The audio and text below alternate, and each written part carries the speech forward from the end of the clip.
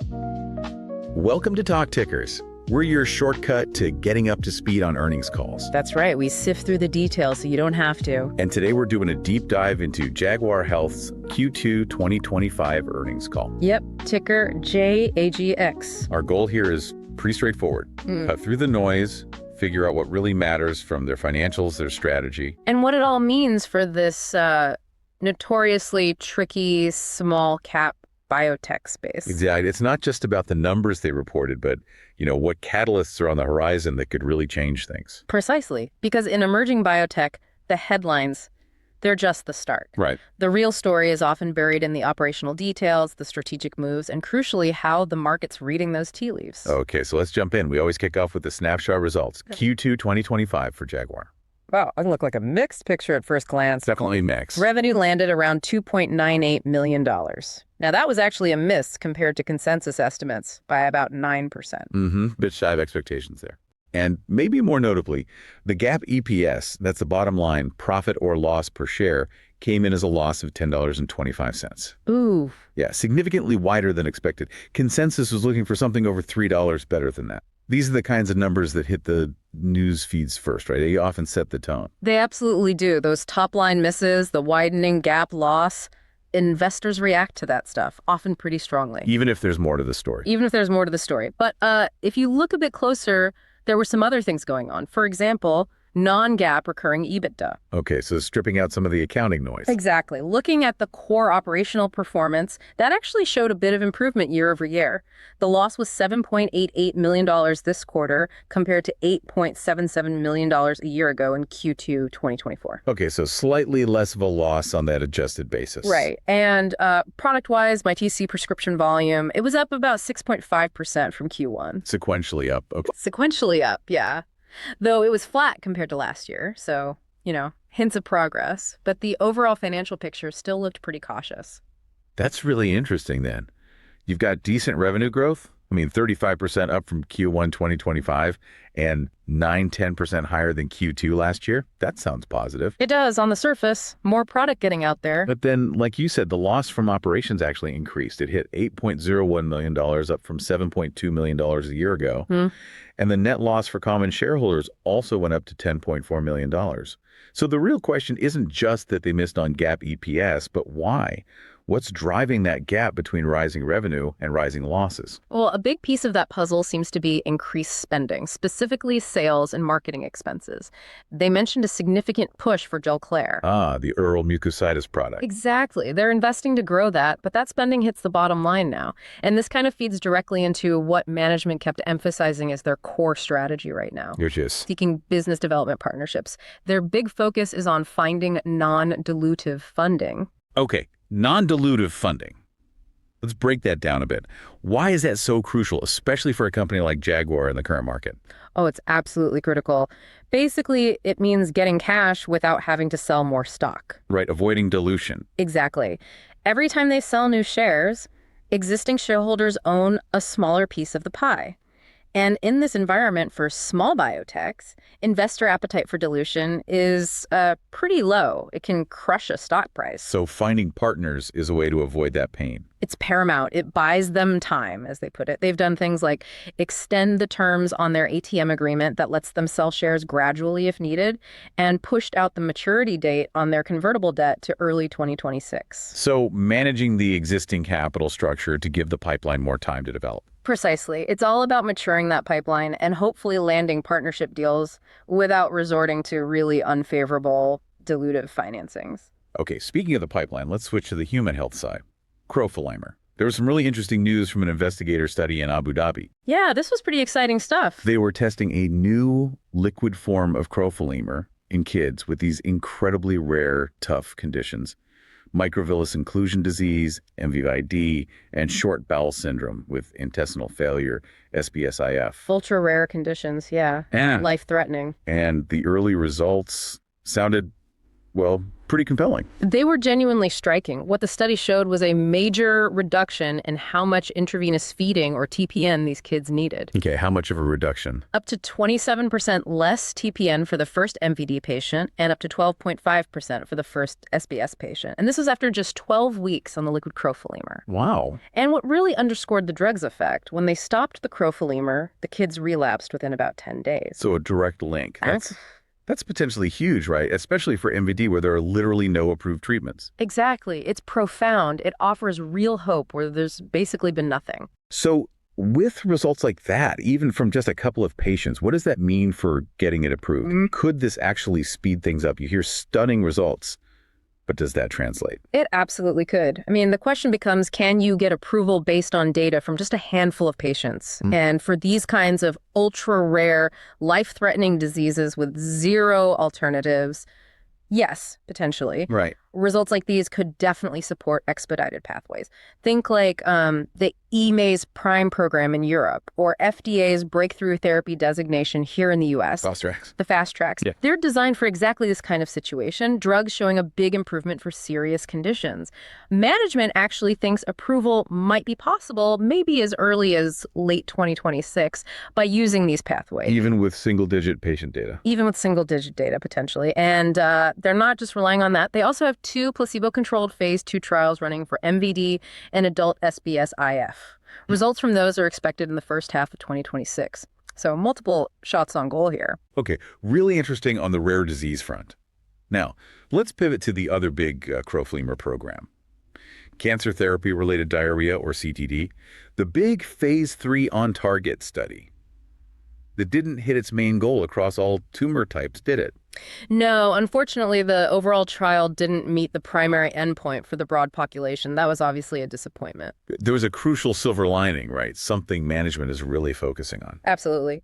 While the overall trial missed, when they looked at a pre-specified subgroup specifically, breast cancer patients the drug did show statistical significance. And that subgroup was a big chunk of the trial. A very big chunk, 64% of the participants. So it wasn't just a tiny sliver. This positive result in a large defined group is what's letting them move forward with this indication. Okay, so what is the path forward for CTD then? How do they take that subgroup data and turn it into something tangible for patients in the company? Well, they had a Type C meeting with the FDA. That's basically a formal chat to get guidance. And apparently, patient advocates were really effective in that meeting, emphasizing how debilitating this diarrhea is for cancer patients, how it can even force them off life-saving chemo. A huge quality of life issue. Massive. So coming out of that, Jaguar is now going down 2 tracks at once. First, they're prepping a protocol for a new pivotal trial focused just on metastatic breast cancer patients, aiming to get Mytesi's label officially expanded for CTD. They hope to finish that trial in 2026. Okay, a dedicated trial. And the second track? Second, and this could help patients sooner, they're going for an expanded access program, an EAP. It's allowing access before full approval. Exactly. For breast cancer patients with CTD who don't have other options. And they're also planning to ask for orphan drug designation for this use in metastatic breast cancer. Because even though breast cancer is common, maybe this specific subset qualifies. Potentially. They estimate about 150,000 to 160,000 patients in the U.S., which might just fit the orphan criteria. That could bring benefits like market exclusivity and potentially speed things up. Got it. Okay, let's switch gears one more time. Animal health. Canalevia. It's got conditional approval now for chemo-induced diarrhea in dogs. What's the bigger plan there? Yeah, so Canalevia is interesting. They're looking for a corporate partner to basically hit 3 goals simultaneously. Go ahead today. First, get it approved in the EU, but for general diarrhea in dogs, not just chemo-related. That's a much bigger market. Makes sense. Second, keep the current U.S. conditional approval for chemo-induced diarrhea going. And third, expand the U.S. label to also cover general diarrhea in dogs and maybe other pets too. And is there a big need for a general dog diarrhea drug? Huge unmet need. I mean, think about how often dogs get diarrhea. It's one of the top reasons for vet visits. Yeah. Millions of visits every year just for that. And nothing specifically approved by the FDA now. Currently, no FDA-approved drug specifically for general canine diarrhea. So if a partner can help Jaguar crack that market, well, it's potentially a multi-billion-dollar opportunity. And critically for Jaguar, it could be a source of that non-dilutive funding they're looking for. Right, bringing it back to the funding strategy. So Let's try and tie this all together. We've got the financials, the human pipeline potential, the animal health angle. How are investors supposed to process all this? Yeah. Especially given how tough the market is for small biotechs right now. I mean, the XBI Biotech Index is down over 7% in the past year. Yeah, it's a challenging backdrop. I'd say the overall market sentiment towards Jaguar right now is, well, cautious to neutral seems about right. Cautious to neutral. You got the sequential revenue growth, you've got this pipeline news flow, which sounds promising, but the market seems mostly fixated on the widening GAAP losses and, the risk of dilution, financing overhang. That's the dominant narrative. It feels like it, yeah. The main risks are pretty clear. Can they execute on these partnerships and trials? Can they manage the rising expenses, especially with Gelclair? And can they control the cash burn? So what are the key things investors should be watching for in the near term? The make or break catalysts. Number one is probably news on that CTD protocol for the breast cancer trial, getting it submitted, getting FDA feedback. Then any more proof of concept data from the intestinal failure studies, definitely any news, positive or negative, on an animal health deal for Canalevia. Because that ties directly to the funding. Exactly. And of course, the regular quarterly reports to see if those financial trends improve, if they can actually land a good partnership deal or show real progress with the FDA on CTD. That could really shift the story away from just financing risk towards the actual value in the pipeline. It really feels like a high-stakes period for them. It absolutely is. Classic biotech.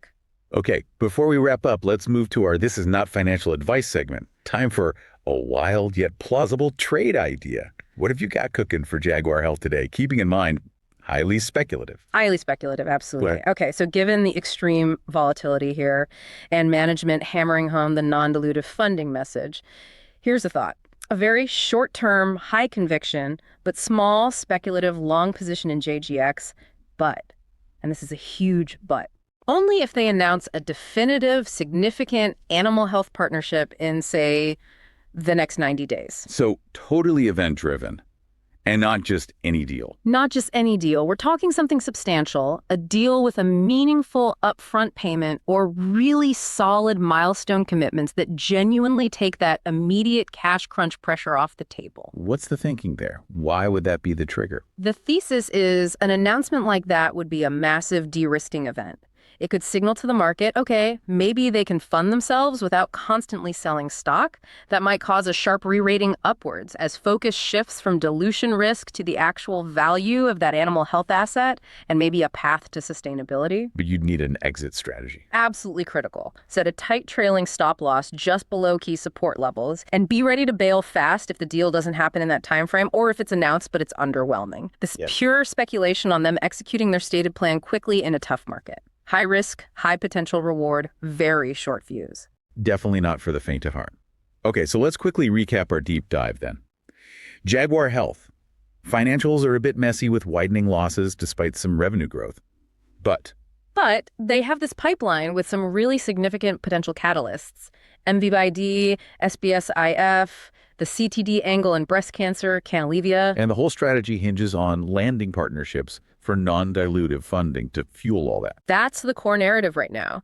Can these potential breakthroughs shift the story from financial worries to long-term value? That's the billion-dollar question, or maybe the multi-million-dollar question in this case. So thinking about the next few quarters, what stands out to you as the absolute most critical factor for Jaguar's path forward? At the end of the day, it boils down to execution. Can they actually convert this clinical promise and this partnership strategy into a financial reality that makes investors less nervous about dilution? Market's watching like a hawk to see if this year of convergence, as they call it, actually delivers that non-dilutive funding. It's a race against time, really. Indeed. Well, remember, everyone, the information we discussed today is for informational purposes only. It is definitely not financial advice. Investing involves risk. Thanks for joining us on this TalkTickers Deep Dive.